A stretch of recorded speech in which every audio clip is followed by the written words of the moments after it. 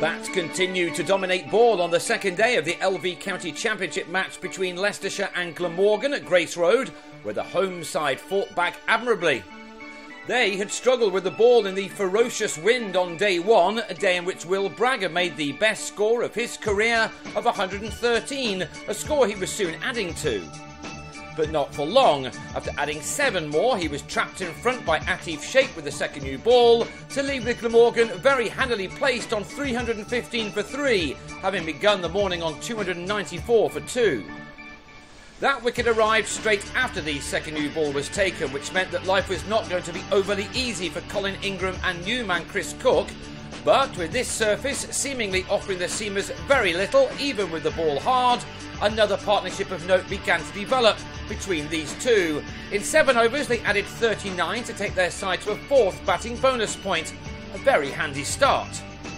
There was at least some movement through the air, and that saw the back of Ingram for 38, Charlie Shrek with his first success of the season at 354 for 4. Ollie Freckingham then also got in on the act to remove Mark Wallace, although the umpire weighed up everything for a while before raising his finger to send the former Glamorgan skipper packing with 10 runs to his name. Leicestershire were on the up, only to find Cook in good nick. With overs on their side, a full haul of batting bonus points seemed inevitable. But with the total on 396, Glamorgan lost 2 wickets in the space of 4 balls. Graham Wagg may have been a little unlucky to be given out LBW, although there was no doubt about Cook's dismissal as he drove Freckingham to Ned Eckersley in the covers, too shy of his half-century. Glamorgan lunched on 421 for 7, 5 batting points in the bag, and next in their sights with a final total into the 500s. They were given a real chance of getting there by David Lloyd, a young man trying to make a name for himself in the first-class game. This was to turn out to be his best performance in his fledgling career. He was well backed up by Somerset loanee Craig Macheda, who drove with intent when given the opportunity to do so. Just as Leicestershire were threatening a fight back, this pair added 68 runs for the 8th wicket in 16.5 overs to once again frustrate the home attack. Shrek did at least manage to get shot of Macheda for 30, Niall O'Brien with his 3rd catch of the innings. Before, back in colour, Dean Koska fell for a second ball duck as he gave the Irish more work off Freckingham. So it was left to Lloyd to see what he could get with last man Andy Carter, who's joined Glamorgan on a loan spell from Notts. Lloyd did well to get to a 50 for the first time in his career, one made off 58 balls with 9 fours. This was his maiden half-century in his 8th championship innings, not that he was in the mood to celebrate too much.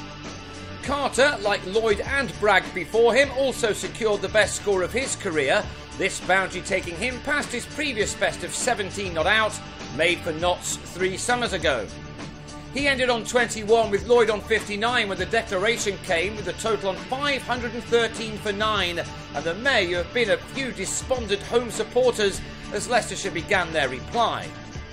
Dan Redfern had been given the job of opening. He dominated an opening stand of 33 with 24 runs himself, including this top-edge 6 off Carter. Some swing from Wagg did for him as he lobbed a catch to Cook off a thick outside edge. Redfern's rather frenetic innings was over. There has not only been bags of runs in this game thus far, but those runs have also come at a very good rate. Glamorgan scored at 4 1/4 per over, while Leicestershire was soon bettering that, through their 2 standout batsmen of the last couple of troublesome years in Angus Robson and Eckersley.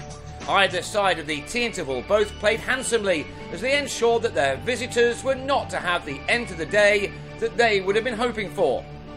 Robson was the model of consistency in 2014, scoring in excess of 1,000 championship runs. He started this season well too. This pulled 6 off Koska saw him close in on a 50.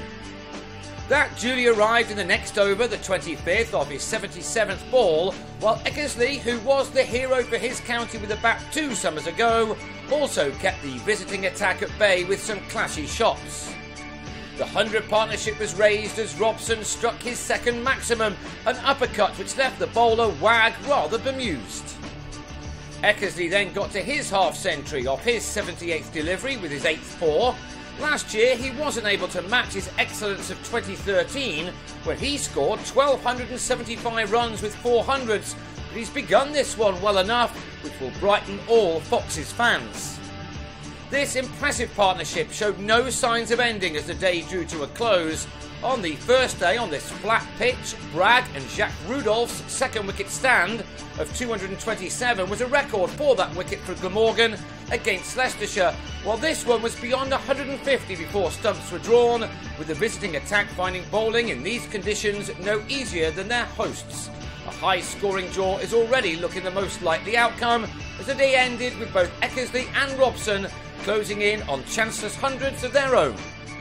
By the close, they'd taken their partnership to 169, with Robson on 82 and Eckersley on 81, and their side comfortably placed on 202 for 1, leaving them 311 runs behind as we move into day 3.